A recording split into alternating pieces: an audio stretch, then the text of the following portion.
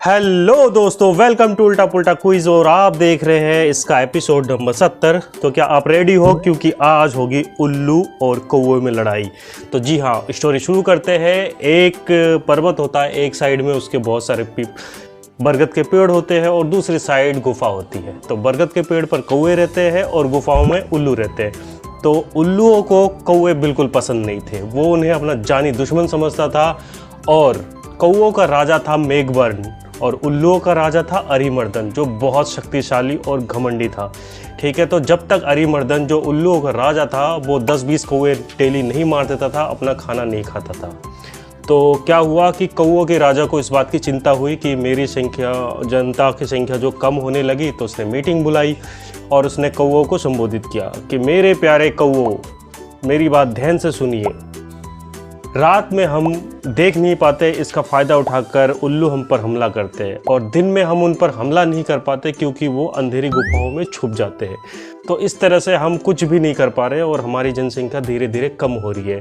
तो आप लोगों को इसीलिए बुलाया गया है कि आप लोग जो है मुझे कुछ सलाह दीजिए कि इस मुसीबत से जो है कैसे छुटकारा पाया जा सकता है।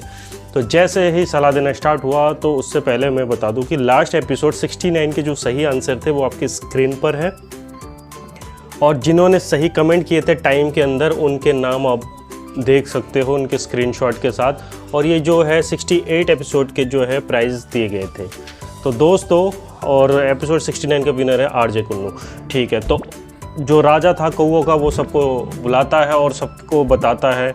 तो ये सब चीज़ें चली रही थी कि आप लोग जो है मुझे सलाह दीजिए। तो अलग अलग तरह के सलाह दिए जाते हैं। कोई कहता है कि हमें जो है उनसे समझौता कर लेना चाहिए, कोई कहता है हमें यहाँ से चले जाना चाहिए, बाकी कोई कहता है कि हमें बाकी पक्षियों की मदद लेते हैं और उन पर हमला करते हैं। और उनमें एक सबसे चतुर जो कौवा था उसका नाम था स्थिरजीवी। उसने राजा ने उससे मदद मांगी, तो वो राजा के कान में जाकर बोला कि जो उल्लुओं का राजा है वो बहुत ही शक्तिशाली, बलवान और घमंडी भी है। तो महाराज, हमें छल नीति से जो है उसका सामना करना पड़ेगा, कुछ ना कुछ तो करना पड़ेगा।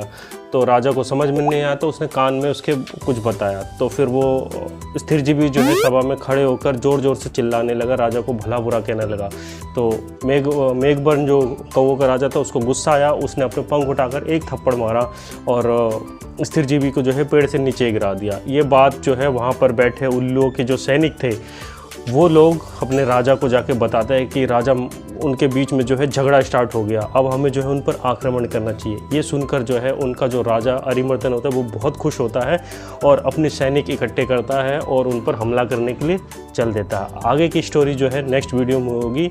10 सवाल के सही जवाब दीजिए। कल शाम को 4 बजे मिलिए और इस एपिसोड को ज़रूर जीतिएगा।